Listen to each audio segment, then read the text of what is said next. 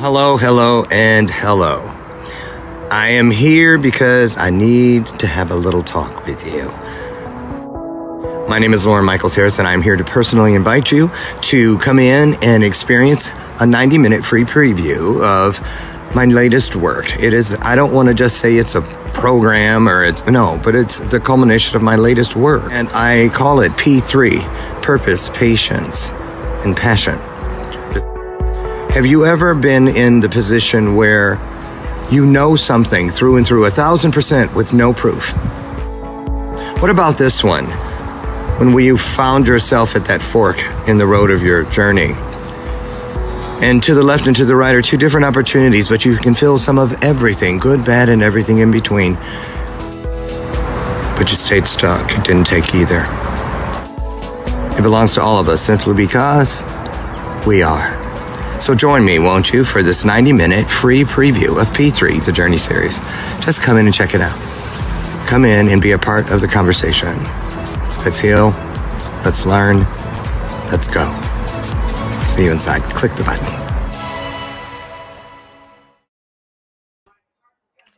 Hey, everybody. It is FEM Talk Tuesday, you guys. So before we actually get started, I want to share with you.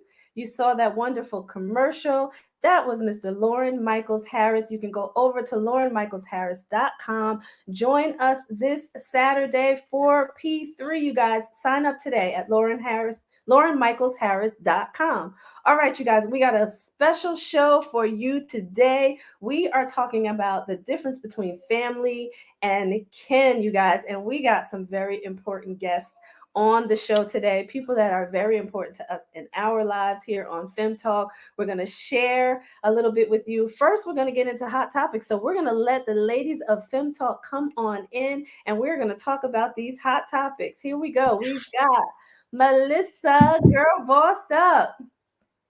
Hello. Hello. We have got Brandy. We've got the mom and the connector tonight. Hello. So you guys, just so you know, our moms are going to be on here tonight, and we'll let the other moms and our sisters, we're going to let them in very shortly, but we're going to talk about our hot topics. Let's bring in Shima. We've got Shima. She talks. Hey, FEM Talkers. All right. So you guys want to get into some hot topics, of course. As you guys probably already know, and the audience out there, the Travis Scott concert and what happened at the concert. You guys, what is going on here? So people decided that they were going to basically try to bum rush the front of the concert. And there were 50,000 people at this concert, and people were getting crushed and people were passing out. There were 8 people, unfortunately, that lost their lives at this concert. And there were almost 300 people that went to the mobile hospital that they had on site with about 25 or 26 people that actually went to emergency. There's a 10-year-old boy who's actually in critical condition right now because of the events at this concert. So we want to just talk to you guys about this event and tell you to be careful out there. And if you see the crowd going one way, you go in the opposite direction. 50,000 people bum rushing a stage, trying to get closer to the stage and trying to bum rush the VIP area. That's just not a good sign, right? So what do you guys have to say about this event? I've done many events, maybe not that large, but I've done, a couple of thousand events before.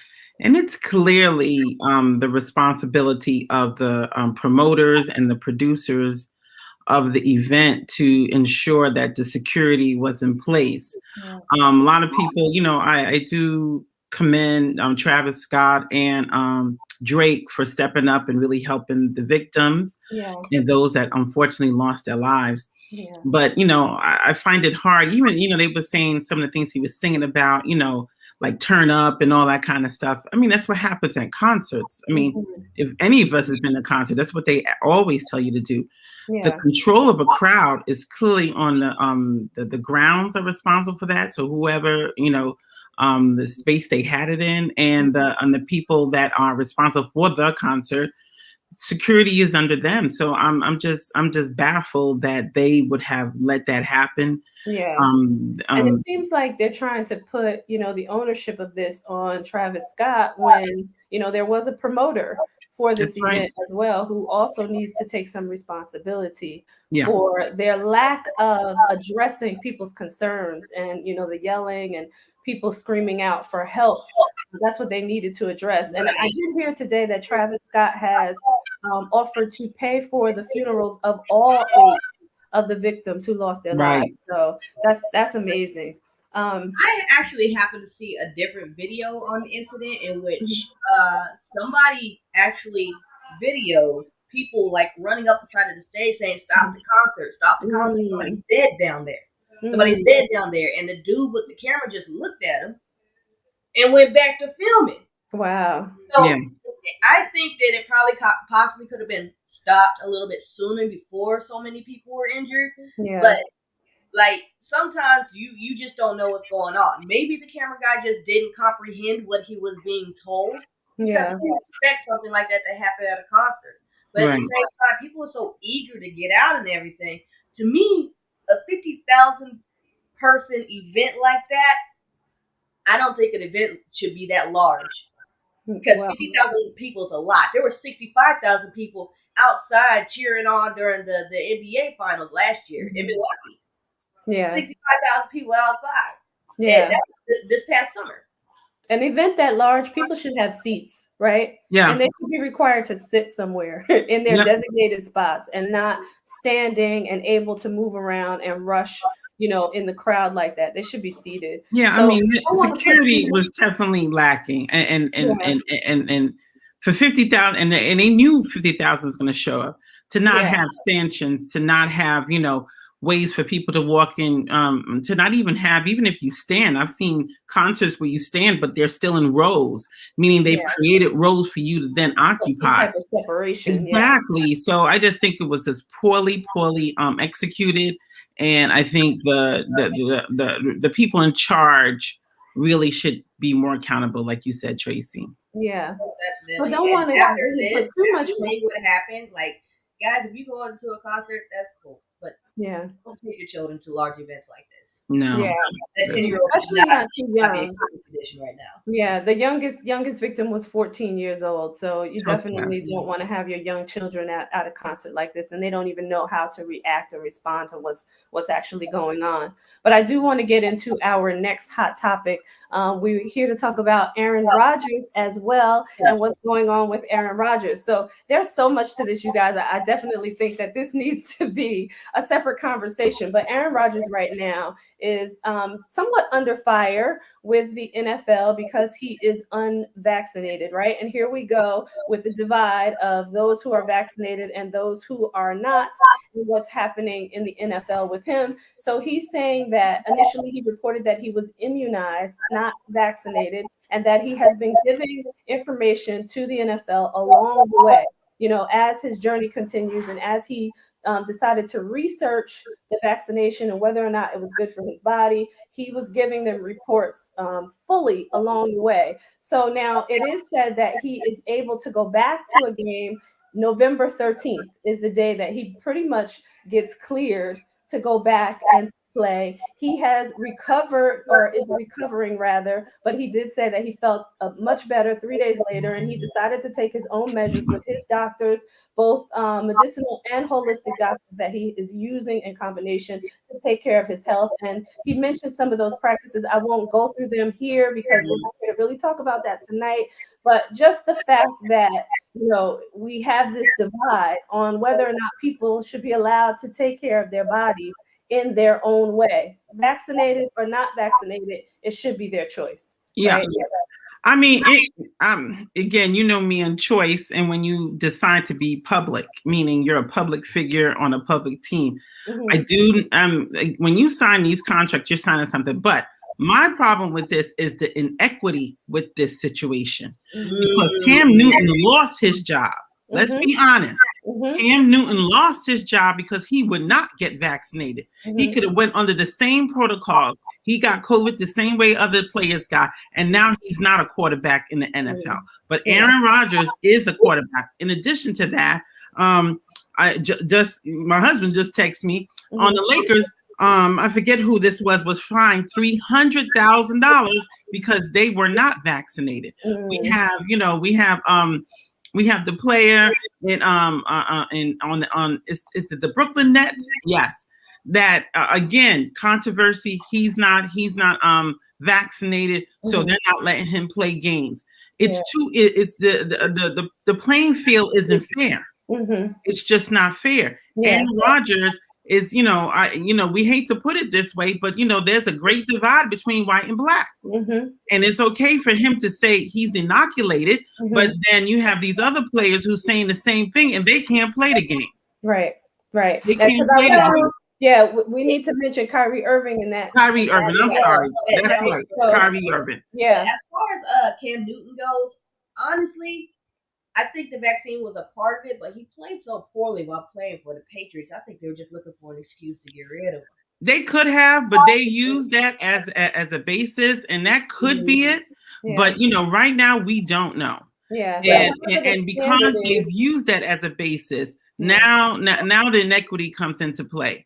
I mean, and that's my piece, because that's how they framed it. Yeah. So the question becomes, what is fair for Aaron Rodgers? Is it fair for everybody else in the NFL? And they have other teams complaining because other teams are executing the NFL rules differently. Yeah. They were clear that what the rules were and the fines that went along with if you got COVID and people on your team had to forfeit the game because of it. Yeah. So there's very clear rules in the NFL that really brought a lot of financial penalties against the teams and the players if COVID became an issue on their team. Yeah. So you guys, I really think this needs to be something that we need to cover, right? Because there are some standards that the NFL had, right? The NBA does as well. And I think it's worth talking about, and then why the standards are different for certain people versus others, right? So I think this needs to be a topic of conversation, but it's definitely a hot topic out there right now. So we definitely wanted to mention that. But you guys, we are here now to talk about kinship versus family and what that means. So we have our very special family on. We're going to bring in Shima Shishi Talks. Here we go. Hey, Shishi. And we are going to bring in our beautiful mothers. You see, Brandy has her beautiful mom there. The mom, as Brandy has it up there. Say hi, Mom. Hi. We are going to bring in my mom, Miss Regina here. Hello. Hey, Mom. We're going to introduce you to all of the family, you guys, and then we are going to pop people in and out so we can have this discussion about family and kinship, what it means to each of our families. We got Mrs. Stroud, that is Shima's mom right there. Hello, Mom. And we have Nadine backstage as well. It looks like her camera is not just on quite yet, but we're going to bring Nadine in as well. So we want to start this conversation. So here's Nadine. Hey, Nadine. This is Melissa's sister, you guys. So we have all of our family members here to talk about. Yeah, we got a full house tonight, you guys. So give the moms and sisters some love, you guys. Give some love out there. Give some hearts out there for the moms.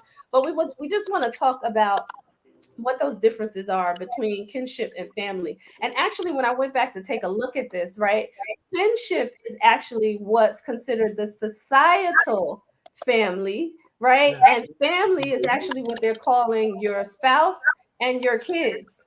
Everything outside of that, your sisters, your brothers, your cousins, your aunts, your uncles, is really the kinship side. So we want to talk about what that actually means. We got Happy Tuesday from Keisha Yearby. Hey, Keisha, thank you for joining us. We've got our sister Alicia Stroud out there. Hello to all you wonderful ladies. Good to see you guys out there. We have the wonderful coach. Good evening, beautiful, beautiful people, from Mr. Lauren Michaels Harris. Hey there.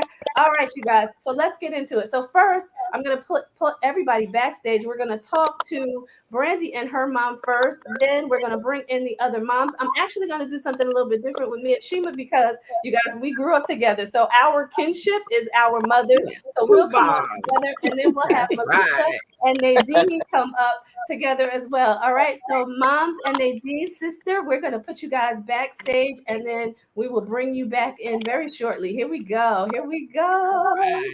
All right, you guys.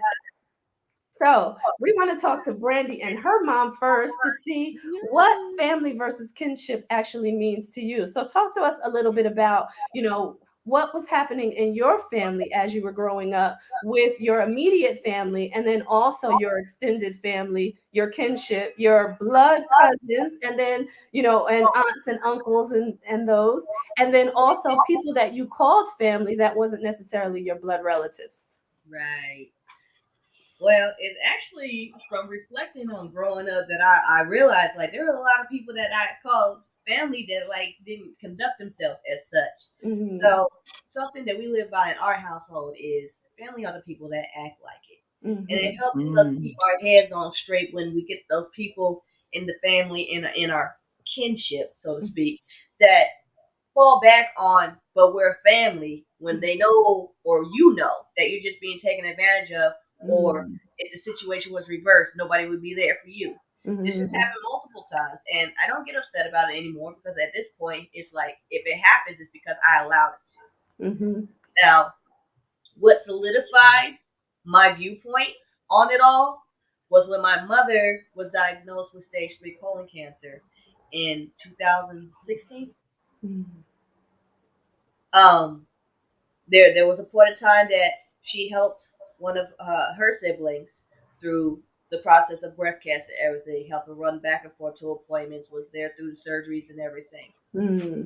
And I don't even think she got a phone call from them checking on her to see how she was doing, how the process was going, anything like that, unless it would maybe one of my uncles and her mother called to check on her. Nobody was able to make it out here. I don't know if it was a financial thing, or I don't know if it was just we don't give a damn because we fell out over some bullshit a couple of years ago type thing. Either way, it was foul, as far as I'm concerned, and I don't harbor any bad feelings about it, but I conduct myself differently with certain members of, she might still consider them family, but I say people that I happen to be related to. I love them, but I won't do for them the way that I would do for her, because here, if I need something, mom's here, dad's here. If I need something, I got very good friends that I consider my family, and family can also be the people that you choose, and I truly believe that. Yeah. So, how do you feel about that whole situation, my mom? She said, "My mom." My mom. Okay, my family, through the past few years, and I guess this last one with the cancer and everything in my family really hit hard. But then I understand, and I feel that way and felt that way.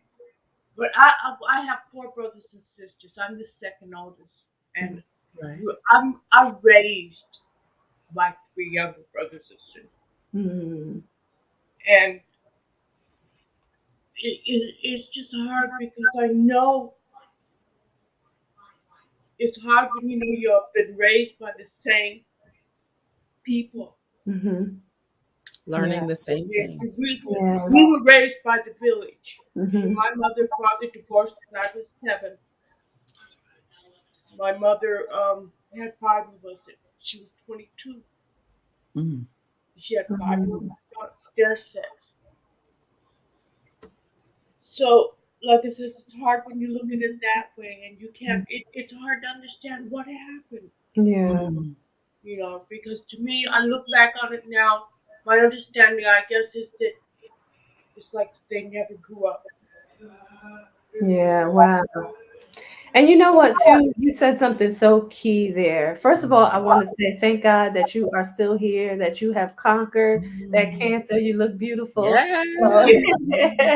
Yes, so I want to say that first. But then I just wanted to ask you if you thought that because you were the one taking care of everybody, if they just really didn't even know how to show up in that way, because that was normally your role? Well, I left when I was 18, basically. Mm-hmm. And so they grew up without me from that point in time. Mm-hmm. And when I came back, it's like I missed that part of their life where they got married and had children and everything. They all stayed in Colorado. They were there together. Mm-hmm. Okay, and I mean, their children grew up together and everything.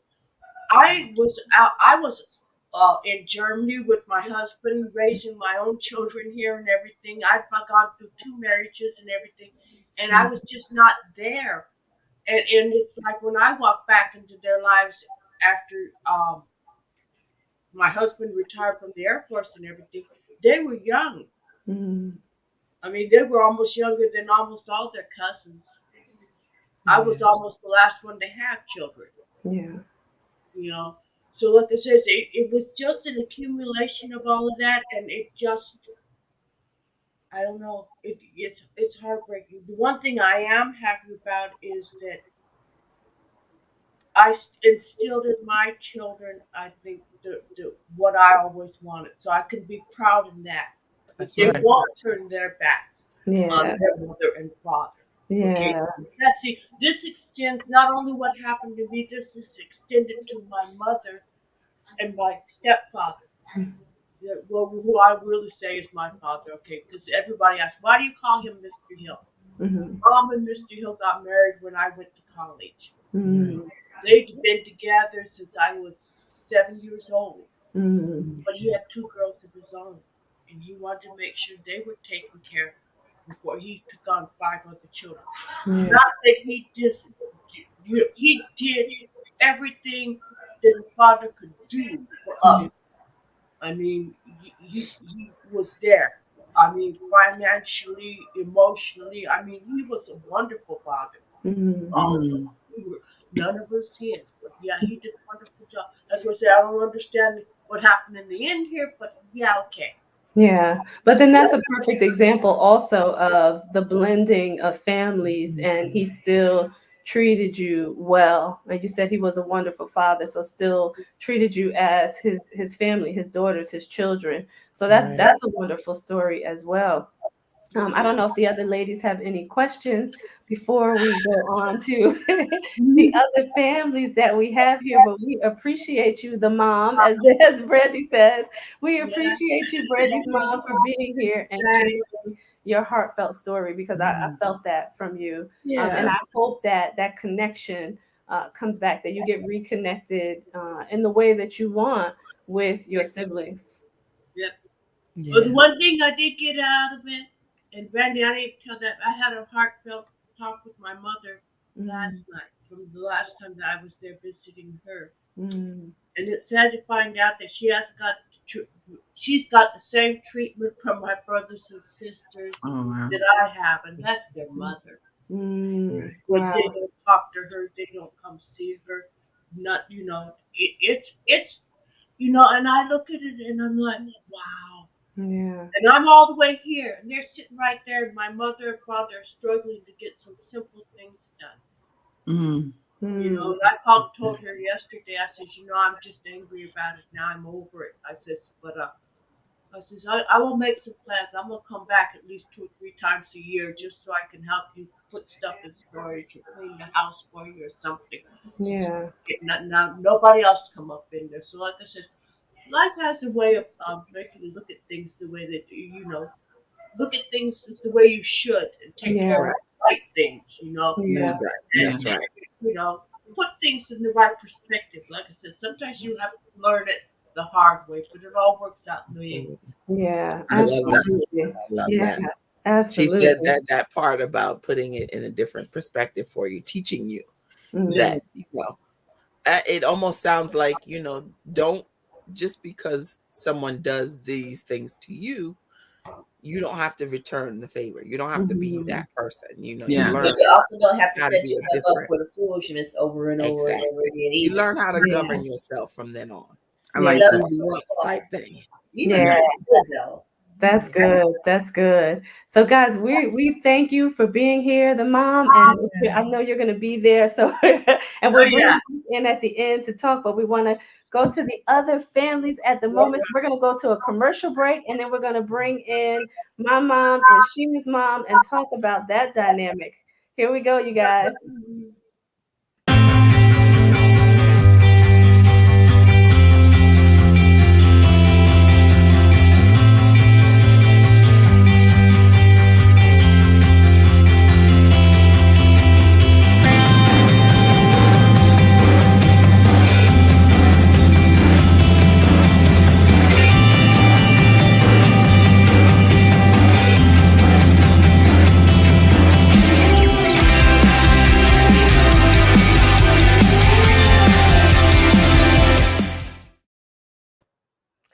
All right, you guys, here we are. You saw that commercial for the Power of We Symposium, which is happening on April 28th. You guys, get your tickets today. It is a worthy cause. It's going to be helping some of the kids of Chicago. I will be there, you guys, so join me in Chicago on April 28th. All right, we're going to bring our families back in and the ladies of FEM Talk. We are talking now to my mom and Shima's mom, and if you have not seen the beginning of this, if you are just joining us, we are talking about the difference between family and kinship, and we just spoke with Brandy's beautiful mom. We're going to bring our beautiful moms in now, and the ladies of FEM Talk. Here we go, you guys. This is my mom, Miss Regina, and we have Mrs. Stroud here, Sheila's mom. Ladies.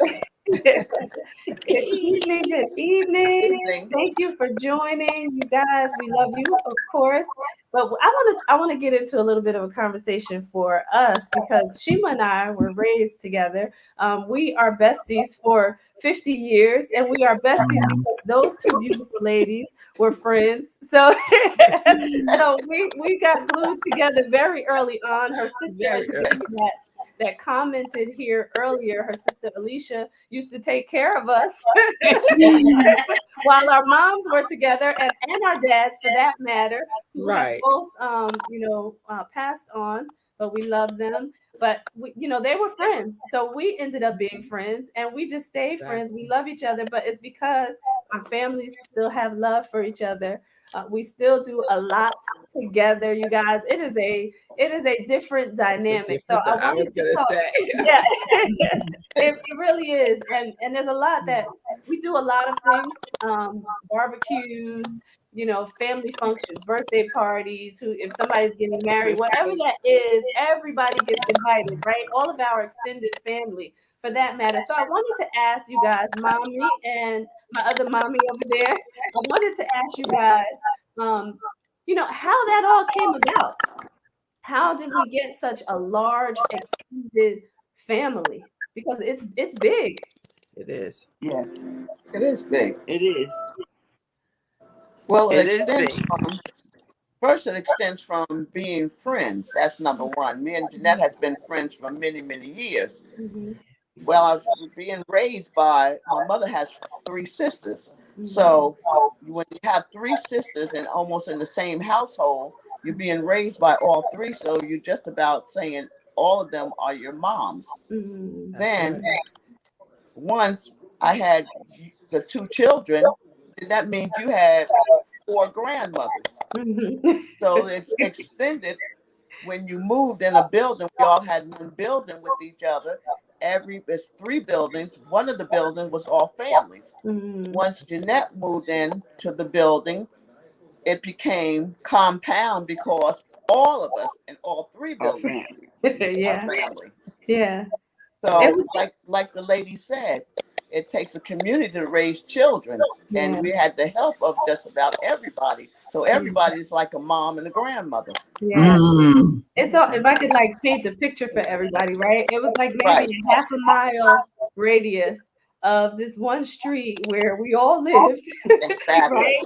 And pretty much if you walked up and down that street, everybody was pretty much family at the time. Yes. Right. So, I mean, did it all start from for some of us, our grandparents, right? When you think about the Thomas family and our family, like our grandfather, right? Like, didn't that all start from that generation? with Well, your it family. started. Yes, Go ahead, Jeanette. I They've been came in. connected. When I came to Jersey, I had no family. Mm. I came here on my own at Mm. 19 years old, Wow. and I got married. And my husband and Regina's husband were friends, Mm. so we met. I had 2 kids. She Mhm. had 2 kids, Mhm. and we start. I guess we just joined hands, and I Yes. became. They became my family, and I became their family. Right, Yeah. Especially the kids. right, And Yeah. we've been like that ever since. I mean, Yeah. because when I come to Jersey, I came to Jersey on my own. Mm. I had Wow. came to another schoolmate of mine. Her family was my family, whereas I was here alone. And Mm. then I met Regina and her family. Their family became my family. So Mhm. as long as I was in Jersey, I just got a large Adaptive family. family. Yeah. Yeah. right. So I how have Yeah. many another, families. here's another one of our family members right here, Catherine Levy. Hey, Cat. Yeah, that's my family too. That's right. That's That's right. right. That's right. You know, the part what I have to say from a kid, I remember coming here. I remember as a kid before we moved to Ridgewood, just my mom's family, my dad's family too, but my mom's family very close knit, all those sisters and brothers, and a lot of first cousins. And we Yes. spent a lot of time with them and went to Savannah, Georgia, stay with my grandma, all of us in one house. So like Brandy said, there's family, there is It's connection, family. there's cousins, there's all these connections. But then we were up here alone. And Mm. then when we left Patterson and came to Ridgewood, mommy had already had, your mom and your dad, my dad, they were all Her friends. mom brought me to So, Ridgewood because she right. found a place for me. When I found, these are things you find out later. Your Yeah. mom told her, oh, come over here, live here. Mm. And we did. It didn't bother me because I had you. You Yeah. were friends before I came here. But And it's y'all just had amazing that there was so many parts to your family and all these other families that became my family. Yeah. And I didn't miss anything. Now, I do have to say, I mean, I know we're going to fast forward a little bit when I think about the distance, because Brandy's mom Mhm. brought something to mind. It made me a little teary. I said I wasn't going to get upset. Right. But she brought something to my attention, Brandy and her mom. Right. And I think it made me teary-eyed because I don't quite remember as a child Mhm. why it was that way. Mhm. But I said to them before we got on camera tonight, my mom, I remember her getting sick and a couple of times throughout my life. And it was me and my sister. So of course we do what we do. We're gonna take care of our mom because that's our mom. But I can remember when Brandy's mom was talking, the Yes. questions that I asked myself: why are we doing this alone? Mm. My sister was grown. I just became grown or just got out of college, and we could do it. But I remember my mom Being sick. going and nursing people back to health, her family, and visiting when they're sick and making sure they're good. Yeah. But I didn't see that here. Yeah. So I kept saying, you make excuses because you're like, oh, they don't travel like we do. They don't jump on the plane like we do. But tonight, unfortunately, Miss the mom made me think differently because I questioned that as a child. Why is nobody coming? When Peg, I call, y'all got it. Peg is my nickname for my other mother. Peg is checking on my godmother, who is Peg's aunt. That aunt she was telling you about, that's my godmother. Yeah. She's checking on my mom. She lived upstairs from us. Her Peg's mom, nanny, grandma, and Doris before everything. She's checking on my mom. So it's those extended families. Thank God for the connections that they made, because it was those extended people who made sure that we as children were good, taking care of our mom who wasn't. And it's, I don't know. I have a little angst with that kin and family thing. Yeah. Even though Brandy, It's I know deep. Brandy, you brought it out. You saw me grinning. Yeah. You saw me smiling, but I just, it's questioning, and I didn't think it would ever bother me at 50, but it does. Yeah. It does. But we have to recognize too that we always get what we need, right? Yes. We are Yeah. always I feel supplied Right. with what Absolutely. we need. So that always happens. And we till this day, right, will still do the check-in. And now that I'm not in the state of New Jersey anymore, I'm gonna call that girl right there to check out my mom. I'm gonna call Cindy and say, check out my mom, And please. she know I'm going too. And see Yeah. what's going on. So Yeah. it's great to be able to have that because she really is my sister, right? It's not we are definitely sisters from another mister. How do they say that? That's what they say. Right. But that's really how it goes, And I have a sibling, and I call him too. But I'm just saying, like, I'm still gonna call her and say, can you check on my mom? Can you help my mom? Can you whatever that may be? So I just love the dynamic that we have in our community and the fact that we grew up that way, and that we had all these people that we could lean on, blood or not. But we still hold that today, even though a lot of us are not here, right? We have lost a lot of people, but we still hold that today. And I do miss those times now that I'm in North Carolina, and they've been doing, before the weather got cold in New Jersey, they were doing every other Saturday in the backyard. I'm trying not to cry too, but those things mean something, right? They really do. They mean something, even though, they always those two moms down there always tease us. Right? Because they always say those girls, they're always on the go, they're always doing something, they don't have time. Right. But listen, when it comes to something real, we're gonna be there. Right? We're definitely gonna be there. We'll make arrangements and we'll do what we need to do. So That's we right. love you She be guys. fussing at We me. want to bring She be in fussing at my butt. want to bring in I go like 3 weeks. And Mom's like, "Where you been?" I was like, "I've been working." Oh, That's no. right. That's right. So we're gonna do a quick commercial, you guys, and then we're gonna bring in Melissa and Nadine. All right, let's do this, you guys. Let's do it. Good. Right back. See you later. Okay. Don't go anywhere, though. Don't go anywhere. Don't go anywhere. Okay.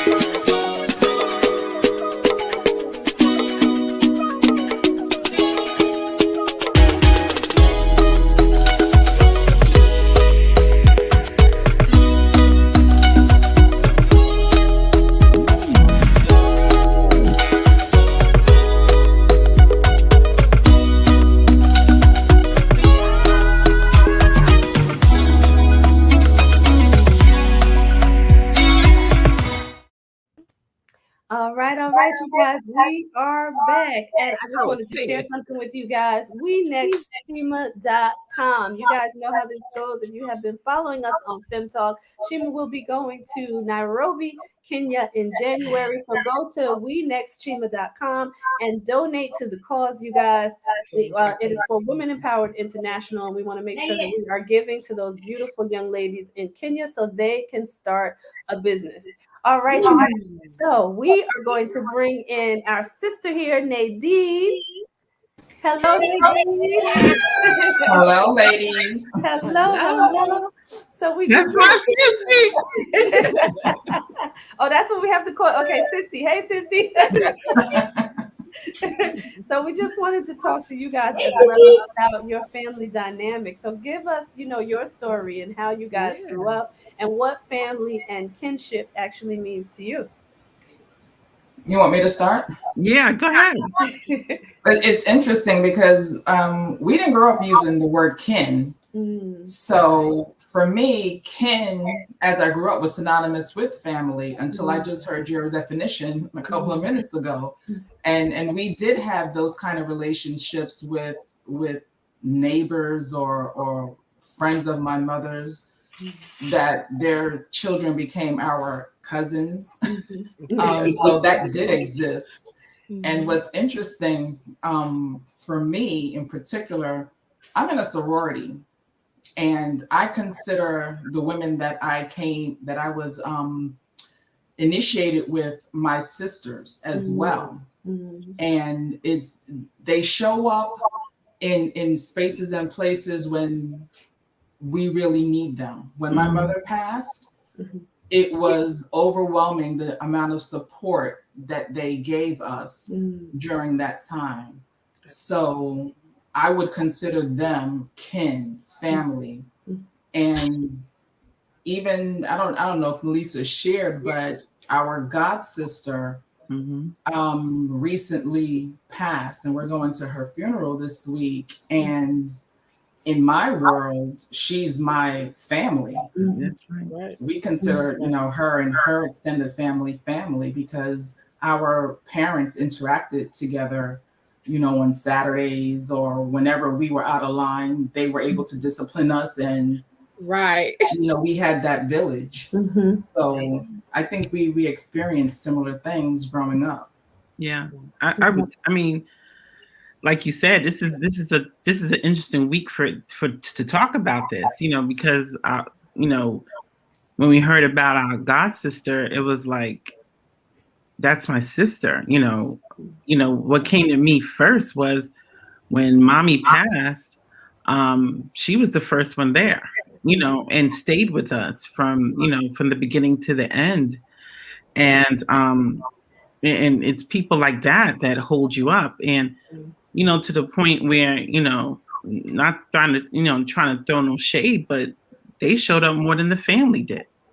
They were there, when we were crying. Tiffany, Charlene, Shara, those are our friends. And when we were broken, they showed up, and the family came, and we have a very close family too, but everybody you thought would be there wasn't, what I'm saying? And I, to your point, Brandy and Mom, and Shima, you just mentioned that, just that hurt that you feel when the people that you are truly expecting to be there in that time of need, and they don't show up, or they don't call after you, or look after you, or even, pick up the phone and say, hey, how you doing today? You know what I'm saying? And I remember specifically when mommy passed, and, the weeks after, how just, how many people didn't call, how many family members didn't show up, and that hurts. But, but the kin, you talk about the kin, they were there, and they made sure we were okay. They made sure we got through, like Nadine said, I remember her sorors. I mean, what they gave us that week, I was like, oh my God, look at this. It was it was amazing how they showed up and just really, comfort us. So, I think it's unfortunate that is when those times happen that you really see who is there for you and who's not. Yeah. Even on the opposite end, I have friends where we show up no matter what. I have left work in the middle of a day. So-and-so needs me, bye. And I'm there, and you do the right thing, right? But only if I know that person would do the exact same thing for me if she was reversed. That's right. That's how I came to see the difference between in a heartbeat. enemy or people that happen to be related to you by blood. So family, we can choose. We can choose our family. That's right. I was gonna get ready to say that the folk you can choose, family you probably can't. That's right. That's right. But you said something, Tracy, earlier, and it's I don't want it to go unsaid that God always knows who we need, and He is the orchestrator of family. Yeah. And whoever's missing on the blood side, He gonna push them in on the other side. That's right. And nothing missing, nothing broken. So as much as our expectation is for certain people to show up. We are always covered some way, somehow by who God has infused into our lives so that we can be okay. Yeah. I love that you said that. I want to go back to the definitions too, because my definition is different, right? Family is just what you described. Anybody who I'm close to, whether they're blood or not, who acts like family is family, right? And then kinship can be whatever whatever it needs to be, it can be. But family is everybody who acts like family is family to me. That's I right. don't distinguish that. So that extent, like my Aunt Jeanette is on here right along with my mother, right? Like that was another house that I could go to where I could eat food. And if you can sit in somebody's house and you can fall asleep, that's family. Because I don't go to sleep anywhere, right? I can rest my head. That's my family, right? And if I can eat their food, that's my family. So I'm grateful to my mother for knowing, right, those people that she could put me around and have me, take care of me, that were going to really do that, really, and feel safe with real love, right? And with your heart. But I hope this is also a wake up call, because I would say, and I think the dean would agree, is that we have to work on family. I think there's a work to be done in family, because for so many reasons, Mom, you talked about that earlier. For so many reasons, things get broken, and we don't take the time to try to repair. And like everybody's family, we got broken pieces. And I remember a few years ago, it was prior to Mommy passing, probably about 4 years prior to her passing. And I just got it in my spirit, actually I didn't get it. I got it in my spirit, but I was encouraged through Women Empowered to fix it. And in fixing it, we put together a holiday get together. And I could honestly say I'm so grateful for that, because those 3 years my mother attended was everything. It was everything. The memories, the pictures we have, we'll never get that back. So I think what I hope people can draw from this also is, if there is an opportunity to kind of do a repair, do it. Because, it's so interesting why people stop talking, why people, don't get together. And sometimes, I was talking to my sister, just a couple of days ago, and, there was a person in our family and things happened, and they was like, I don't know why. And I was like, how you have amnesia now? Causing all that confusion. Now you have amnesia. But we, what I love what Nadine said. Nadine, tell them what you said, which was real simple. I told this person to fix it. We don't need to have a conversation, just fix it. And they replied, me? I was like, it takes two. You were part of it, fix it. Yeah, that's good. That's good. And that's interesting that you said that too, right? Because always be open to that, right? Because it is our blood family, and you never know what somebody is going through if they don't tell you, even when it is your blood family. So always be open to fixing it, having a conversation, to having a relationship, whatever that relationship's supposed to look like. Let it be what it's supposed to be, but be open to it, right? So it's good that you said that. Thank you for that. So we're going to bring in. I'm sorry, Brandy. We're gonna bring in our moms again, so we can have everybody on the screen and spend the last 9 or so minutes just talking to everybody. But Brandy, go ahead and say what you were gonna say, and I'm gonna bring the moms in. I wanted to say something about that too, because I have a rather tumultuous relationship with my younger brother. It's not that I don't love him. It's not that I don't want him to be his very best version of himself as possible. But whenever people ask me why I don't talk to my brother, I always check on him vicariously through my parents constantly. I just don't talk to him one-on-one typically. I probably haven't spoken to him since April. I just keep tabs on him through the parents. But the reason, whenever anybody asks me like why I don't deal with him on a certain level, is because I say this version of him and me are not congruent. Do I constantly pray for him? Do I constantly have a door open for him when he's ready to seek a new level, to seek better for himself? I'm always open to that. but I won't expose myself to just the victim mindset that currently still exists on that side of things. If it was easy to just, hey, little brother, what you up to? How you doing?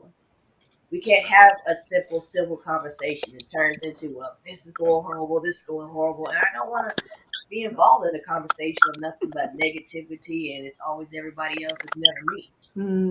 And it's for my sanity, and to also not start to feel a certain way about him through his own actions or because of my, I don't know. It's just hard. It's hard to see his potential, and he have no idea that it's there. And you just have to let them get to that point that they're ready to do so. Yeah.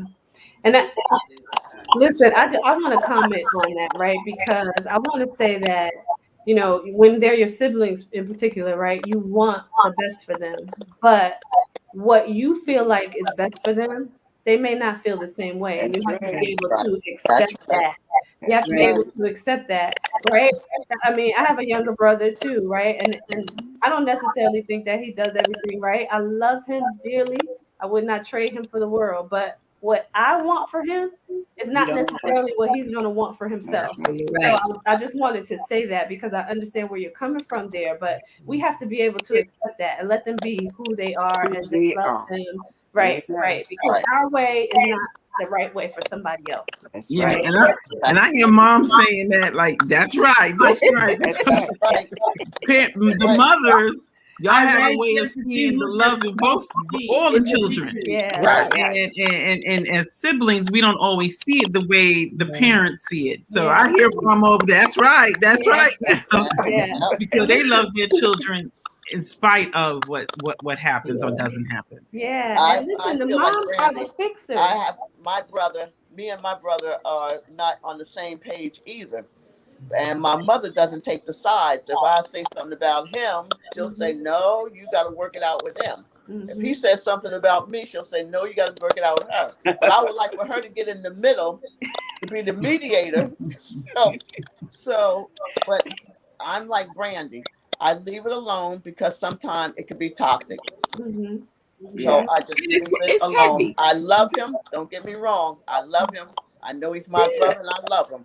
But some of the things that he does, I don't like. But I love him as my brother. It's a lot to carry. Sure it is. It's the energy you need. But who says it's ours to carry? It's not ours to carry. So that's the point that we have to get to. It's not ours. It's not our place to carry. I'm going to share a little on my shoulder, and sometimes I can't get it off. Right. Because I'm carrying we have a mentor within myself. in common. I can't let it go sometimes. If I was to let it go, I might be a little better. That's the hard part. You kind of have to, like I said, what you say, you can let them work it out. You got to let it go. Once you put that prayer on it, you got to let it go. That's right. It's a hard one to learn. That's right. Yeah. I prayed to let it go. I didn't understand how I could do it, but I was like, since we have all the ladies on the panel, I'd like to ask one question.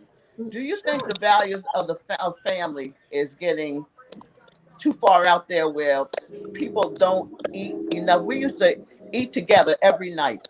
Sit at the table and eat.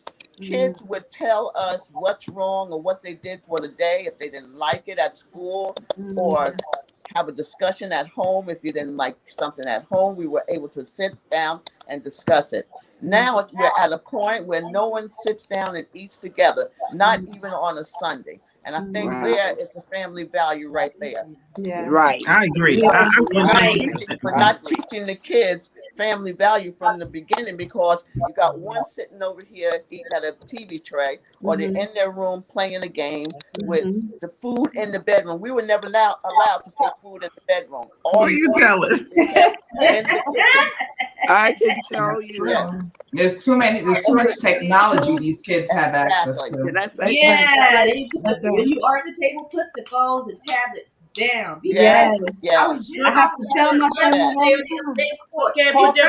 but there's a lot in their generation that I believe they let them raise their children. We used to have Dr. table I said, man, discussion give me a and tablet and games. a phone and That's two right. and over.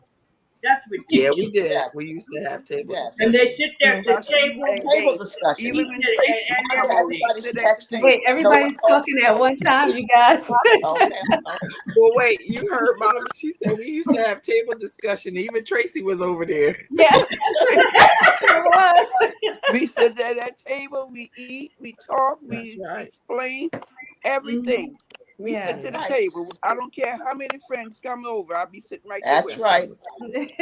That's right. That's And I right. think, it's funny you say that about that Sunday dinner, Mom, because I learned it from my husband's family, who they were the original. I don't know who else was, but they were one of the originators of Sunday dinner. Right. And you name it, they had 100 dishes on Sunday, but everybody was coming over. Like That's everybody right. wanted to come to That's 95 because that's my where family. Yeah. dinner was, right? We need to get back to that. Our generation And- needs to get back to that. It might not be Yeah. the family that it used to be, but you can still, the family that you do claim to have, That's right. get Mhm. together. We Even if it's once created- a month, Right. get together.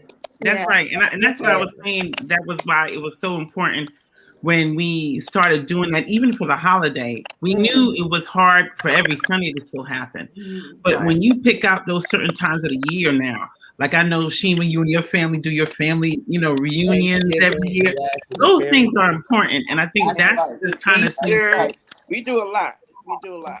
Yes. As So a family. keep That those is a things lot. going. Right. Yeah. Oh yeah.